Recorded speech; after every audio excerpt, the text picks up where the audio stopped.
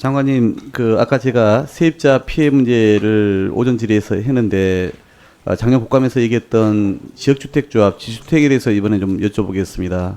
관련된 법안을 제가 냈습니다만 국회에서 지금 한치도 지금 나가지 못하고 있어서 전국적으로 피해는 계속 확산되고 있습니다. 혹시 관련해서 최근에 보고받으신 게 있으신가요? 네, 저희가 지역주택조합과 관련해서 지금 여러 가지 대책들을 하기도 하고 준비하는 것도 있는데요. 1차관님께서 더 답변을 해드리면 안 될까요? 네, 차관님.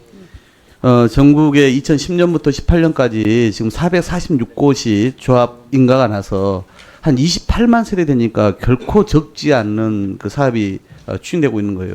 그러니까 추진 단계까지 파악을 할 수 없으니까 훨씬 더 실제로는 많은 곳이 진행이 되었거나 중간에 뭐 피해가 있었거나 문제가 있어서 정리가 됐을 겁니다. 뭐 예를 들어서 이런 거 아닙니까? 이제 제 지역에도 있고 지금 서울 전역에 많은데 명칭은 지역주택조합으로 구성하지만 실제는 추진위원회고 그래서 이 업무대행사 대표가 토지 사용 승낙률을 37% 정도 갖고 있는데 80%에 이른다고 속이면서 한 154억을 분담금을 걷습니다. 그래서 이거 가지고 선물 옵션 투자에 60억, 실내 경마에 21억, 무슨 변호사 선임 비용, 무슨 아들 임대료 대납 2억, 90억을 횡령한 사건이었어요. 이게 여기뿐만이 아닙니다. 내가 오늘 좀 이 사례를 많이 갖고 있는데 현황에서 다 말씀 못 드립니다만은 이분들이 광화문에 횃불 들고 이제 들어서겠답니다. 대단히 심각한 상황인데 저는 정부의 인식이 좀 제가 작년부터 계속 얘기를 하고 있습니다만은 국회에서 법이 통과되면 제가 낸 법안이 물론 통과되면 반기할 수 있는 것들은 많습니다. 이분들 아예 폐지해달라는 것인데 저는 여러 가지를 고려해서 이제 폐지가 아닌 여러 가지 자격이나 여러 가지 그 절차를 엄격히 한 것입니다만은 법을 고치지 않더라도 정부가 당장 할 수 있는 부분을 제가 말씀드리기 위해서 오늘 질의를 좀 하는 겁니다. 우선 그 조합원 모집률하고 토지 사용 승낙률 바로 여기에서 이제 지금 그동안 이게 제대로 확인하지 않고 계약금 넣었다가 이런 이제 피해가 계속 반복하고 있는 것인데 이 부분은 저는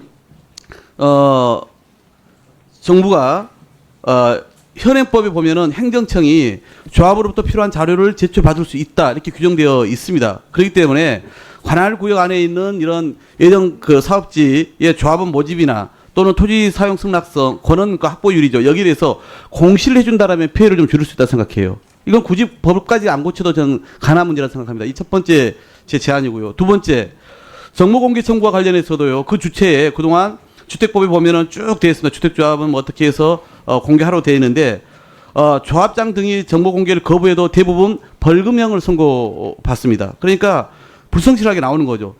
더구나 이런 지역주택조합의 실질적인 그 조합장을 할 수 있는 업무 대행자들은 정보 공개 주체로 규정되어 있지 않아요. 그러니까 비공개해도 제재를 안 받는 겁니다, 지금. 그러니까 이런 피해가 계속 누적되는 거죠. 그래서 정보 공개 청구의 주체에다가 이 업무 대행자를 포함시키면 저는 된다고 생각합니다. 끝으로 이 실태조사 관련해서는 제가 작년에도 이야기를 했는데 전혀 진행이 안 되신 것 같아요. 물론 국민권익위가 자체적으로 지자체 도움을 받았고 일부 했습니다만은 이게 전부가 아니었어요. 2016년도 7월에 이제 법이 시행돼가지고 그때부터는 신고하도록 이렇게 조합원 그 모집 신고를 하도록 되어 있습니다만은 문제는 2017년도 6월 그 이전에 설립되었더라도 이제 모집을 하면 신고하라고 했는데 실제 신고하지 않고 모집 활동하는 데가 많습니다. 제가 예를 들어서 면목동의 모 조합 같은 경우는 이미 그렇게 하고 있어요. 그 이전에 그 모집을 시작해도 현재 조합을 추가로 모집을 하고 있거든요. 근데 안 하고 있습니다. 그러니까 결국은 전면적인 실태 조사를 해서 현황이 어떻고 그리고 미신고 사업장에 대해서는 어떻게 제재할 것인지 토지 확보율이라든가 이것을 어떻게 향후에 점검할 것인지 이것을 법률 개정과 별개로 저는 정부가 더 적극적으로 나서야 이 피해를 그나마 좀 최소화할 수 있다. 이분들 진짜 4천만 원, 8천만 원 자기 전 재산 다 털어놔가지고 이 지금 전국적으로 엄청난 지금 손해가 곳곳에서 발생하고 있단 말입니다. 너무 두 손 놓고 있는 거 아닌가요, 차관님? 예, 지역주택조합 관련해서 그 피해 발생에 대해서 정부가 충분한 역할을 다하지 못한 거에 대해서 좀 송구스럽게 생각한다면 먼저 말씀드리고요. 박홍근 의원님께서 지금 주택법 개정안을 관련해서 발의를 해주셨는데 좀 전에 말씀 주셨던 대로 법 개정까지 하지 않더라도 당장 조치할 수 있는 것들에 대해서는 하위 법령이라든가 행정 지도를 통해서 철저하게 조치를 하겠습니다. 그 토지 확보 현황에 대한 정보 공시 방안은 국토부령을 개정하면은 가능한 사항인데요. 관련 절차를 현재 진행 중에 있다는 말씀드리고요.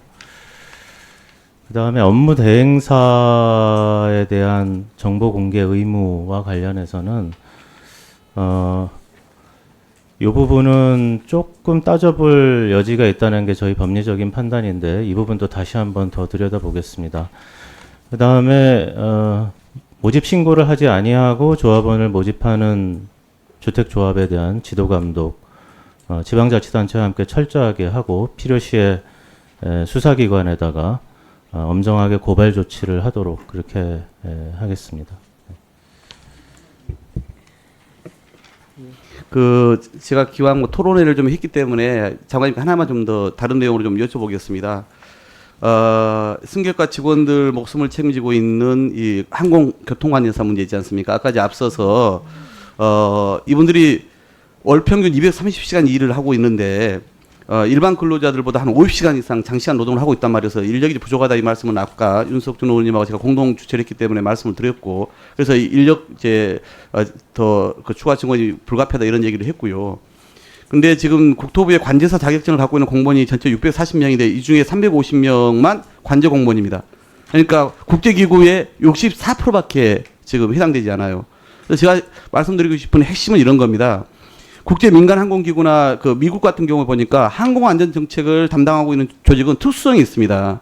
그렇기 때문에 사고가 나면 그 조사 문제도 있고요. 이 전문성이 되게 요구되기 때문에 일반 공무원들이 하기에는 여러 가지 어려움이 좀 있어요. 근데 우리는 보니까 그게 다 지금 합쳐져 있더라고요.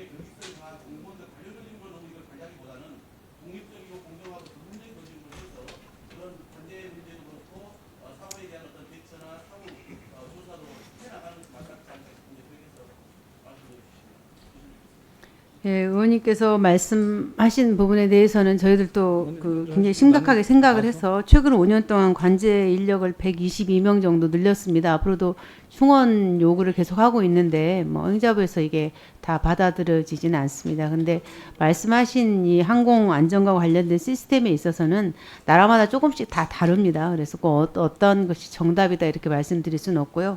말씀하신 것처럼 항공 안전 또 관제하시는 분들의 공공성, 전문성 이런 것들을 종합적으로 고려해서 저희들이 한번 검토해 보도록 하겠습니다. 예. 예, 박홍 의원님 수고하셨습니다. 다음은 박덕흠 간사님 질의하시기 바랍니다.